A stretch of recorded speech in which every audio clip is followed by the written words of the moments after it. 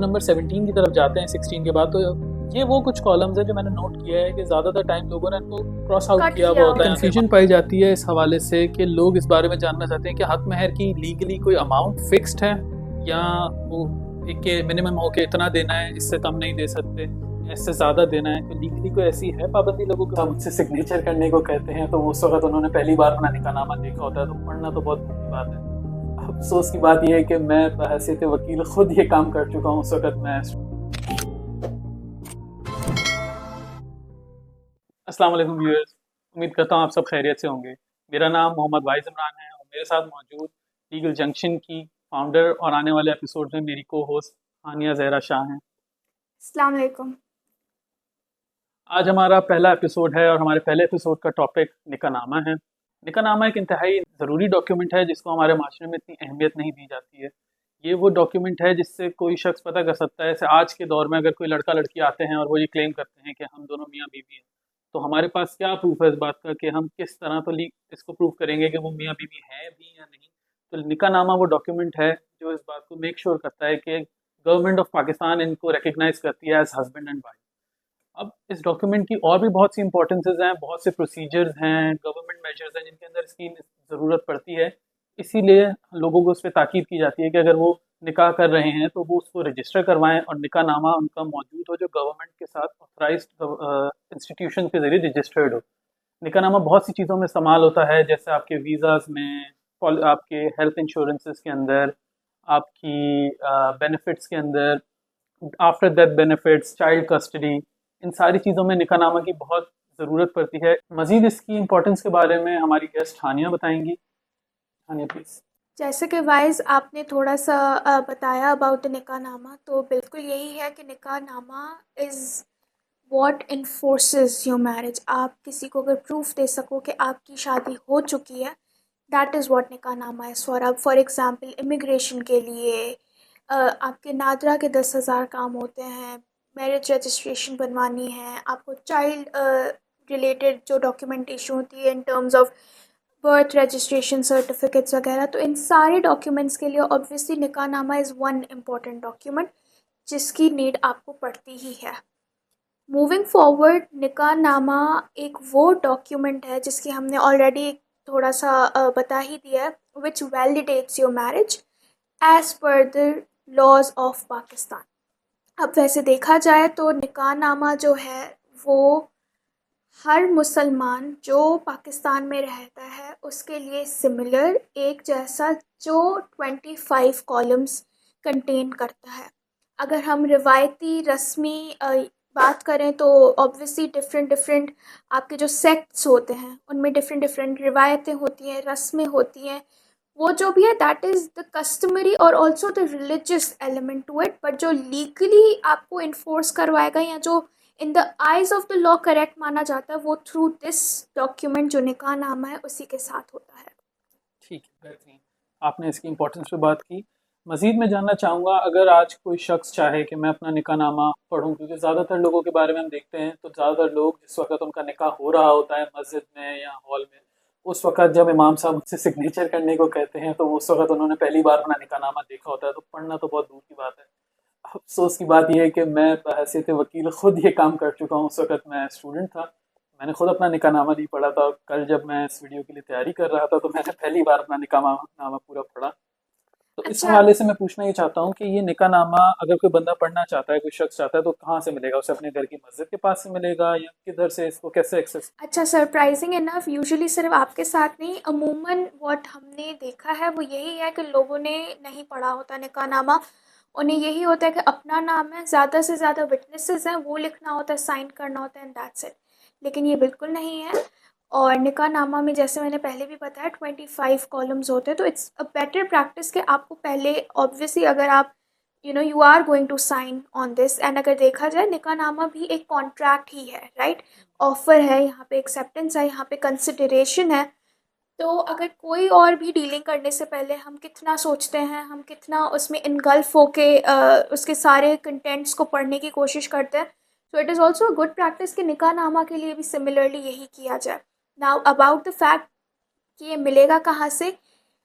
हर निकाहनामा आपके पास यूजुअली अपनी union council से मिलता है। अब जैसे Karachi the city itself is very vast, it's big, ठीक है।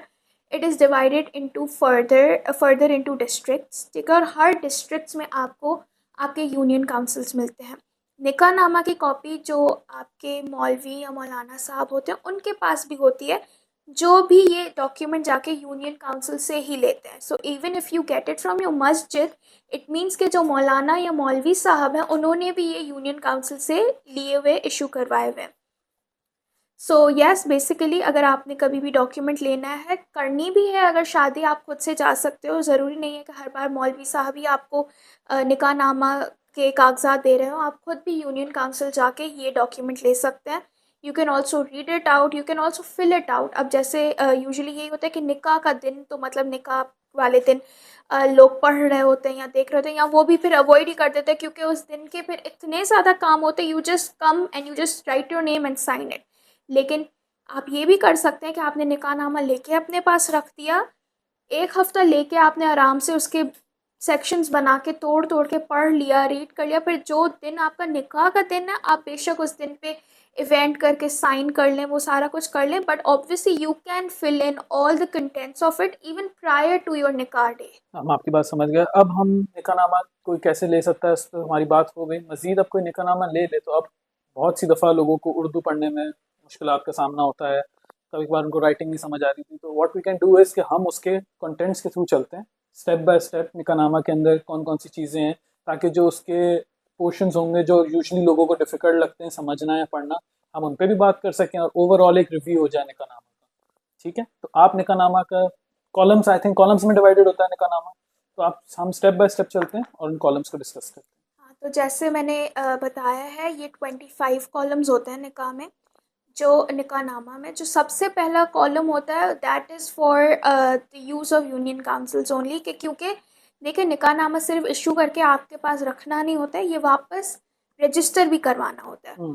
तो रजिस्ट्रेशन के लिए इट इज़ इम्पॉर्टेंट कि जो पहला आपका कॉलम या पहली शिक जिसे हम कहते हैं हमारी आम ज़बान में, उसमें वार्ड का नाम, या आप किस एरिया से, किस लोकेलिटी से बिलोंग करते हैं, आपका कौन सा, अब जैसे यूनियन काउंसिल्स काफ़ी होते हैं, ईच काउंसिल इज़ नंबर्ड। तो आपका स्पेसिफिक जिस काउंसिल में आपने रजिस्टर कराना है, जब जैसे फॉर एग्जांपल जहाँ से आपका बर्थ सर्टिफिकेट इशू करवाया है, आपका एड्रेस वहाँ का पड़ता है, तो ऑब्वियसली बेस्ड ऑन दैट फिर वो यूनियन काउंसिल नंबर होता है, वार्ड नंबर होता है, एरिया कौन सा पड़ रहा है। So the first column is always about the technicalities और द प्रोसेसेस के एक्चुअल आपका यूनियन काउंसिल है कौन सा, so that subject to the completion of the nikah, जब निकाहनामा को वापस रजिस्टर करवाया जाए तो आपको एग्जैक्टली पता हो कि आपको किस यूनियन काउंसिल में जाके ये जमा करवाना है। अच्छा, मूविंग फॉरवर्ड फिर जो आपके पास कॉलम्स हैं वो ये हैं जो आपकी ब्राइड, आपके दूल्हा, इनकी इन्फॉर्मेशन कैरी करते हैं। अब इन्फॉर्मेशन इन टर्म्स ऑफ दूल्हा का नाम, दूल्हा के वालिद का नाम, दुल्हन का नाम, दुल्हन के वालिद का नाम, दुल्हन वेदर तलाक याफ्ता है, कुंवारी है इस शादी से पहले, या बेवा है, तो जो जो भी आपकी पर्सनल इन्फॉर्मेशन होती है दोनों दूल्हा दुल्हन दोनों की, वो सारी ये जो फॉलोइंग कॉलम्स है उसमें फिल आउट की जाती है। इसके बाद हम आगे चलते हैं तो मज़ीद ये आई थिंक कॉलम नंबर 2 से लेके कॉलम नंबर 6 तक हम ये सारी पर्सनल पर्सनल इन्फॉर्मेशन आ जाती है। Information ji.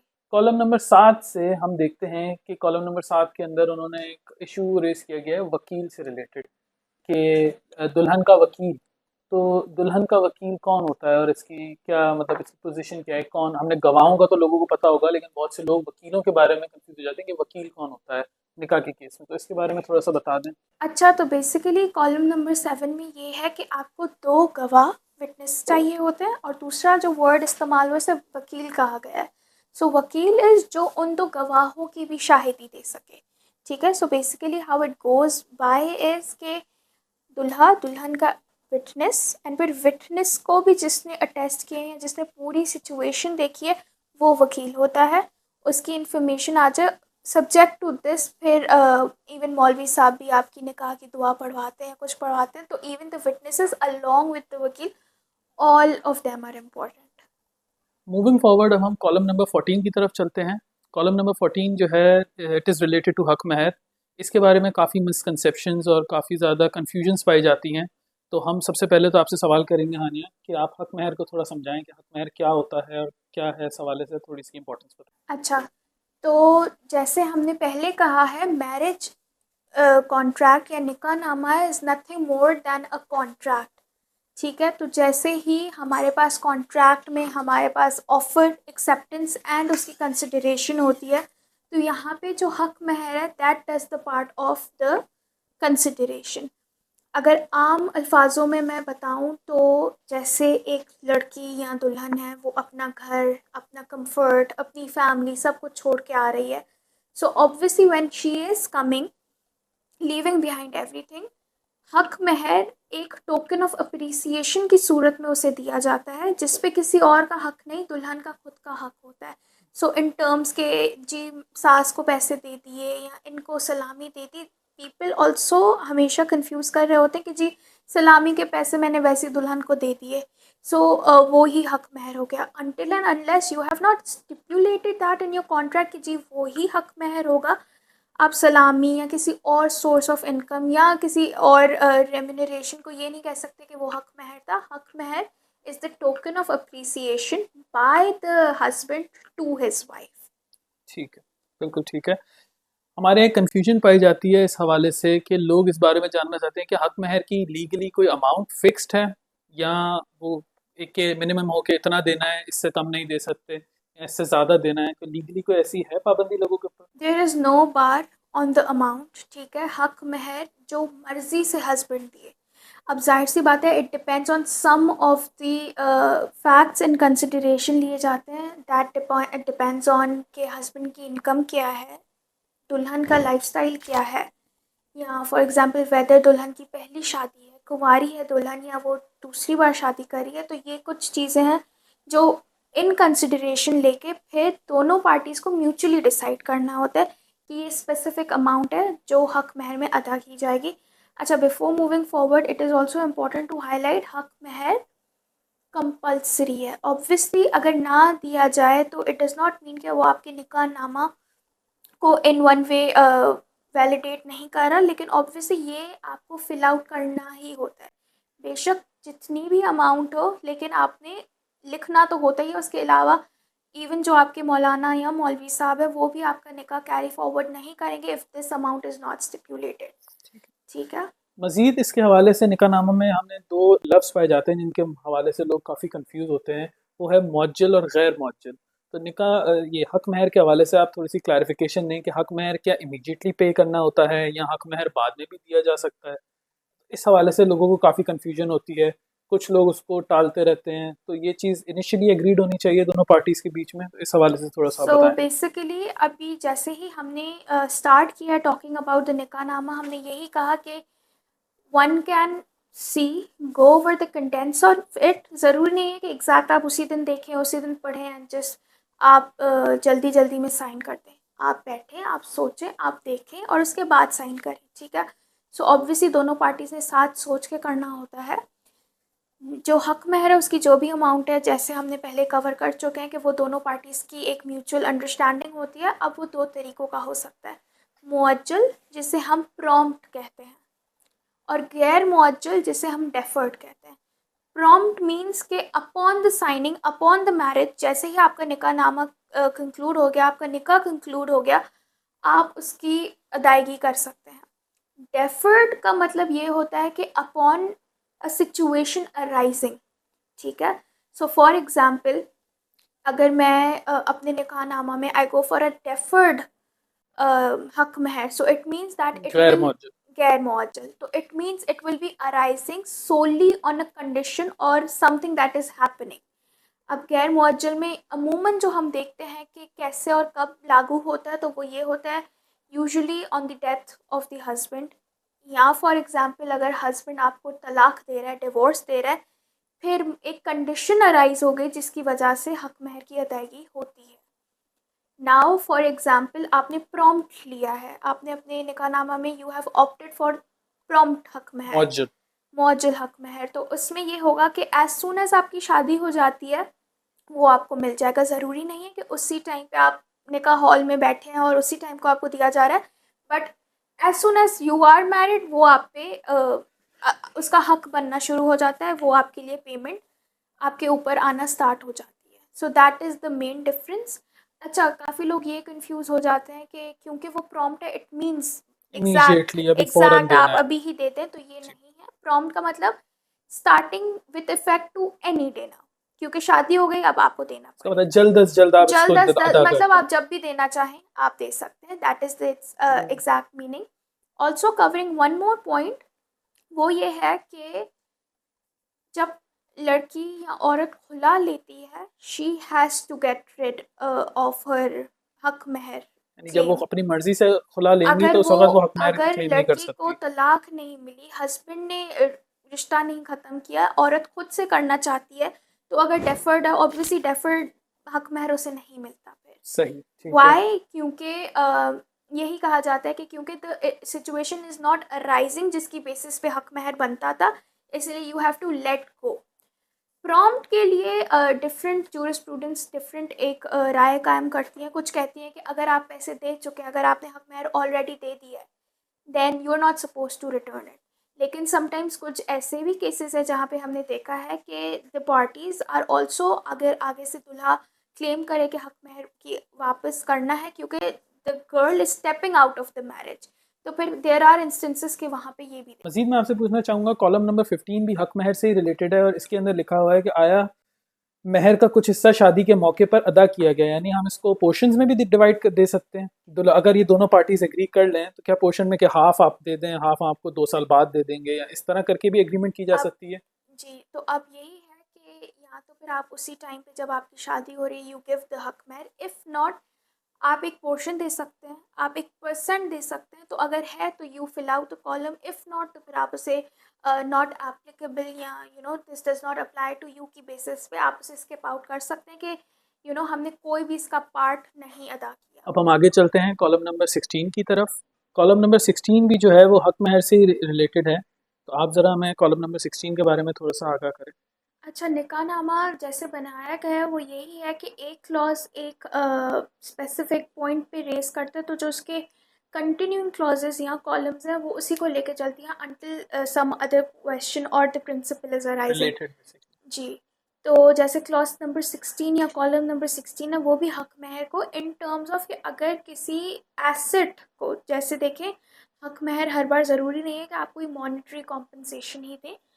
If that monetary compensation is being reflected through an asset, तो वो भी हम लिख के दे सकते हैं। यानी प्रॉपर्टी या गोल्ड। प्रॉपर्टी जो कुछ भी, गोल्ड तो हम वहीं पे लिख देते हैं जहाँ पे हक महर लिखना होता है स्पेसिफिकली, लेकिन अगर क्योंकि ज़मीनी चीज़ों में ये आ जाता है, ट्रांसफ़र ऑफ टाइटल होता है, दूसरी चीज़ें होती हैं, तो इसे स्पेसिफिकली इसे एक अलग ब्लैंक दे दिया गया है कि अगर जहाँ पे प्रॉपर्टी या लैंड आपका ट्रांसफ़र होके हक महर में आपकी बीवी के नाम पे आ रहा होगा, तो ये स्पेसिफिक अलग ब्लैंक है इसके लिए।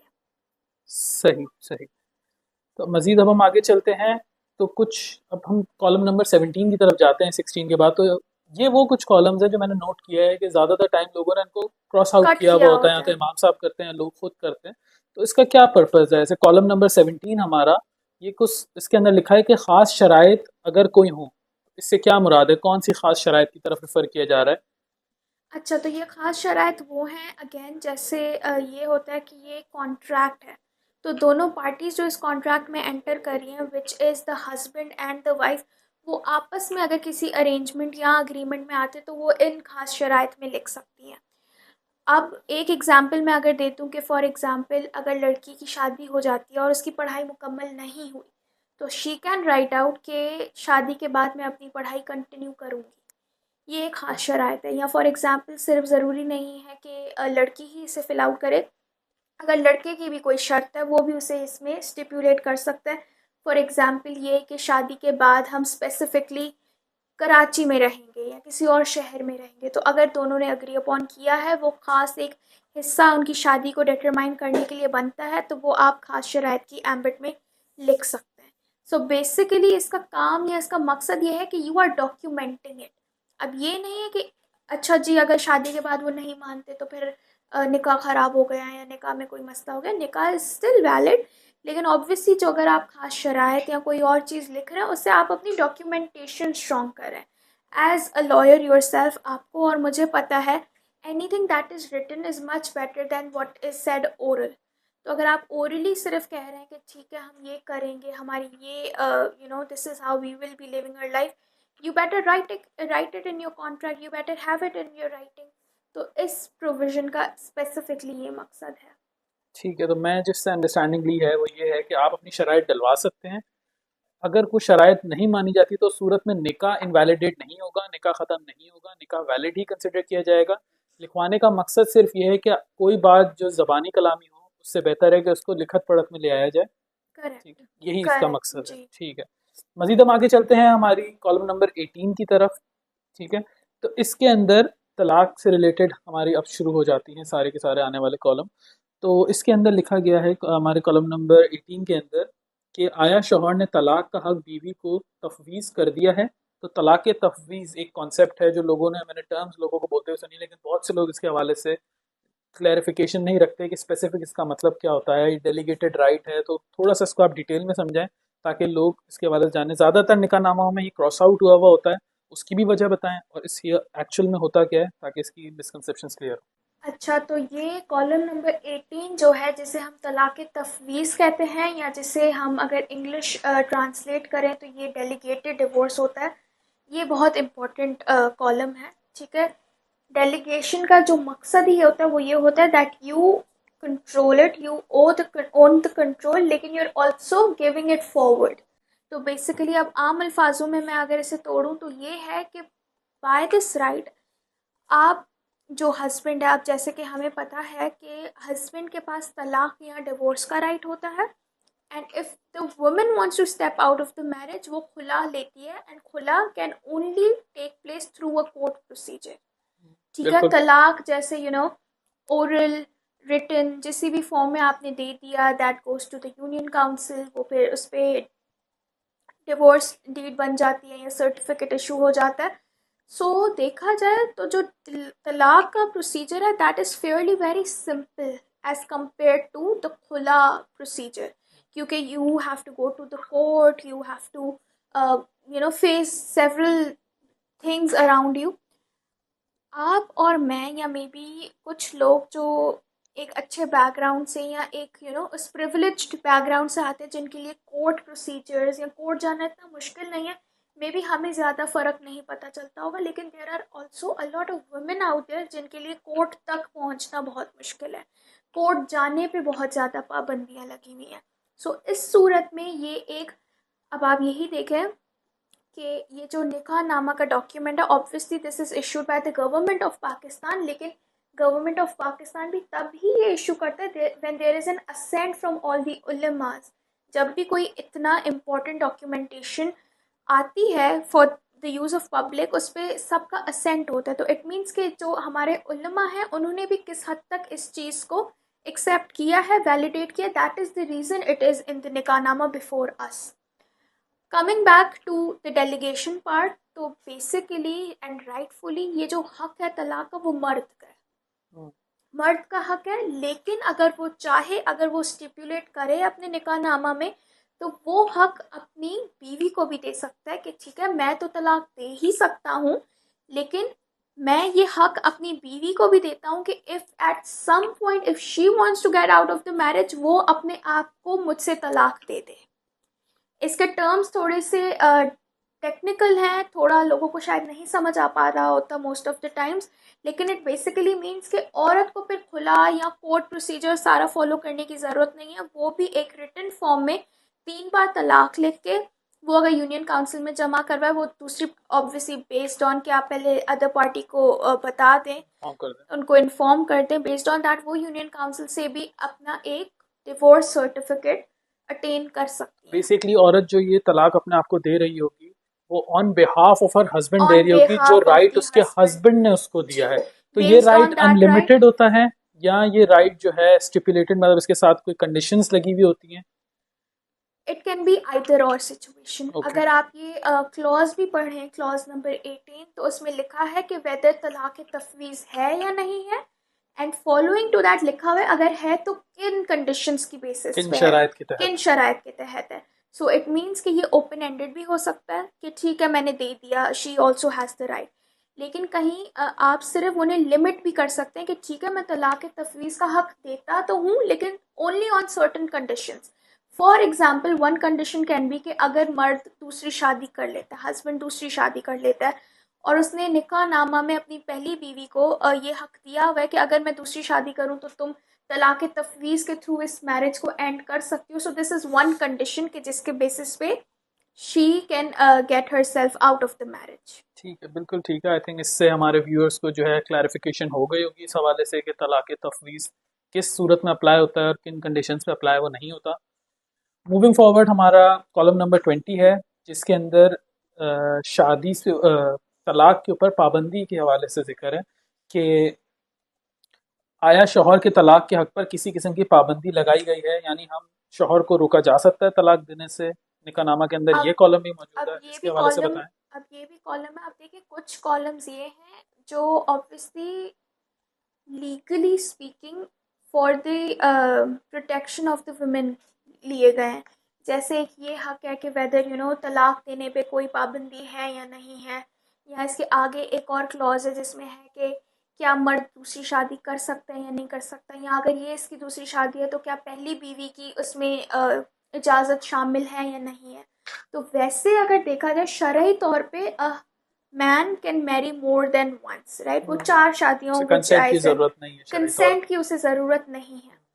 सिमिलरली अगर वो अपनी मर्जी से तलाक भी देना चाहे उस पर कोई जार्गन कोई बार है नहीं। लेकिन just for the safety of women and through Muslim family ordinance act इस पे कुछ प्रोविजंस ऐसे डाले गए हैं for the safety and security of the women. जिस तरह आप बता रही हैं कि इसके अंदर जो एंड के कॉलम्स हैं वो ज़्यादातर वुमेन सिक्योरिटी से रिलेटेड हैं, तो उसी तरह हम जब आगे चलते हैं तो हमें नज़र आता है कि कॉलम नंबर 20 जो है हमारा, वो औरत के नानो नफ़के से रिलेटेड है। आया शादी के मौके पर महर नानो नफ़का वगैरह से, मतलब ये भी हम डिसाइड कर सकते हैं कि मर्द जो मंथली अलाउंस या मेंटेनेंस अपनी वाइफ को देगा वो कितनी होगी, और ये भी निकाह में इनिशियल फेजेस से ही डिसाइड किया जा सकता है ताकि बाद में इश्यूज क्रिएट ना हो कपल के बीच में। इसके हवाले से बताएं। जी, तो ये जो प्रोविज़न है नान नफ़का that basically means as you correctly said about the maintenance या मंथली अलाउंस का। तो अमूमन हमारे पास केसेस कोर्ट में ऐसे भी आ रहे होते हैं कि मेंटेनेंस है बच्चों की इज़ वन थिंग, लेकिन जो बीवियां हैं वो भी काफ़ी फाइलिंग्स कर रही होती हैं इन टर्म्स ऑफ कि हमें पैसे नहीं मिल रहे, हमारा खर्चा नहीं हो रहा and all of that. So it is a better thing to just have it in document already. तो अगर आप एक टॉकिंग टर्म्स पे या एक अच्छे तरीके से पूरा अपना निकाहनामा फिगर आउट करते हैं तो इसमें एक ये भी प्रोविज़न है कि जितनी भी अगर आप फिगर आउट कर सकें मंथली अलाउंस वो आप इसमें स्टिपुलेट कर दें एंड बेस्ड ऑन दैट फिर आप देते रहें। और अच्छा इसका एक और चीज़ ये भी है क्योंकि हमेशा हालात वैसे नहीं रहते, समटाइम्स अच्छे समटाइम्स बुरे हैं। Financial financial situations. क्राइसिस हो जाती है समटाइम्स, मे बी कोई बोनस मे बी कोई प्रमोशन है। तो ये कोई हार्ड एंड फास्ट रूल नहीं है कि जो आपने इसमें स्टिपुलेट किया है वो ही हर बार आप फॉलो करें। इसीलिए नान नफ़का को यूजुअली लोग एक स्पेसिफिक अमाउंट नहीं लिखते, लेकिन वो अपने रेंज। रेंजेस या तो लिख देते हैं या तो फिर वो अब मिनिमम अमाउंट लिख देते हैं कि मिनिमम तो इतना ही आपको देना ही है, इससे ज़्यादा भी हो सकता है ऑब्वियसली, क्योंकि अगर आप बहुत ही ज़्यादा एक स्ट्रिंजेंट अमाउंट लिख देंगे that is very difficult for both the parties to cope up with.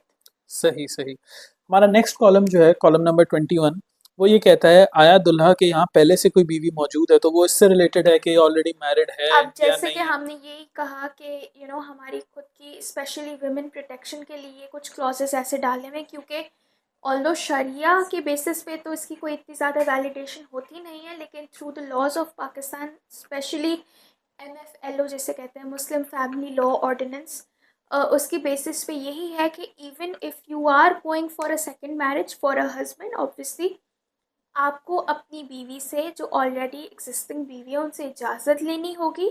वो इजाज़तनामा या वो जो जिस में उन्होंने कन्वे किया अपनी इजाज़त आपने यूनियन काउंसिल को बतानी होती है।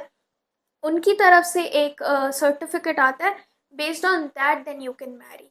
ये भी एक क्लॉज है following to the one that we were discussing कि अगर आपके पास इजाज़त है तो वो इजाज़तनामा फ्रॉम यूनियन काउंसिल भी आना ज़रूरी है just for the sake of a little security for the women. Basically अगर हम इसको समराइज करें तो शरई तौर पे वो बाउंड नहीं है कि वो इन्फॉर्म करे, लेकिन पाकिस्तान के लॉज उससे बाउंड करते हैं एक इंडिविजुअल को कि अगर वो दूसरी शादी कर रहा है तो he needs to inform his but again wife and her जी, फैमिली। लेकिन बट अगेन यही है ना कि हम बिल्कुल इसे बाइफरकेट नहीं कर सकते कि जी शरिया को फॉलो करते तो मैं करूँगा ही। Being a citizen of Pakistan you have to oblige by all the rules of and laws of Pakistan. अच्छा, और जो लास्ट के 2-3 कॉलम्स होते हैं वो at the time of the your निकाहनामा नहीं फिल आउट हो रहे होते। That is basically the information of the मौलाना और द मौलवी साहब जो आपका निकाह कंडक्ट करवा रहा है, या जब ये रजिस्ट्रेशन हो रही होती है तो रजिस्ट्रेशन की तारीख, जैसे हमने सबसे पहले स्टार्ट किया था तो हमने यही कहा था कि upon the completion of nikahnama ये वापस जाके फिर साइन होना होता है। सो दिस साइनिंग या this registration is then again done by the union council, और ये जो लास्ट ब्लैंक्स है वो बेसिकली मीन्स दैट आपका निकाहनामा रजिस्टर हो गया है। So with that that is all of the provisions of निकाहनामा। नीचे सिग्नेचर साइंस वगैरह जो भी होती हैं दोज आर कैरिड आउट। सही। उम्मीद करते हैं ये वीडियो आपके लिए काफ़ी इन्फॉर्मेटिव होगी। आपको निकाहनामा के हवाले से जो जो मिसकंसेप्शंस हैं, कन्फ्यूजन्स हैं, कोई भी इश्यूज़ हैं वो सारे हमने क्लियर कर दिए होंगे। मज़ीद अगर आपको इसके हवाले से कोई भी क्वेरीज़ हों या कोई भी रिजर्वेशंस हों, प्लीज़ हमारे कमेंट सेक्शन में ज़रूर बताइएगा। इंशाल्लाह इसके बाद हमारी एक वीडियो होगी जिसके अंदर हम सारे क्वेश्चन आंसर सेशन रखेंगे। इसके अंदर सारे क्वेरीज़ को हम आंसर करने की कोशिश करेंगे according to the laws of Pakistan. Thank you so much. Allah हाफ़िज़।